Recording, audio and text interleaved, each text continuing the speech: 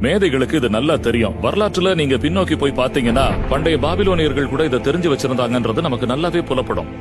உலகத்துல சம்பாதிக்கப்படுற மொத்த பணத்துல 96% மக்கள் தொகையில 1% இருக்கிறவங்க ஈட்டுறதுக்கு என்ன காரணம்? இத ஒரு விபத்துன்னு நினைக்கிறீங்களா? நிச்சயமா இது ஒரு விபத்து இல்ல.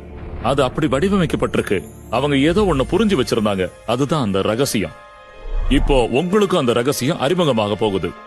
புரியுற மாதிரி சொல்லணும்னா, ஈர்ப்பு விதிங்கிறது என்ன பொறுத்தவரை நான் என்ன ஒரு காந்தமா நினைச்சுக்கிறதுக்கு ஒப்பானது.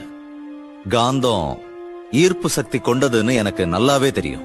அடிப்படையில பார்த்தா ஒத்தவை தன்னை ஒத்த வச்சையே கவர்ந்து இழுக்கும்னு ஈர்ப்பு விதி சொல்லுது. ஆனா நாம என்ன தளத்துல ஏங்கிறத பத்தி தான் பேசுறோம். மனுஷங்கன்ற முறையில நாம செய்ய வேண்டியதெல்லாம் நமக்கு தேவையான எண்ணங்களை விடாப்பிடியா புடிச்சுக்கிட்டு அதை பத்தி நாம முழுசா தெளிவாகணும். அப்படி செய்யும் போது பிரபஞ்சத்தோட சிறந்த நியதி ஒண்ண நாம வரவழைக்கிறோம். அதுதான் ஈர்ப்பு விதி.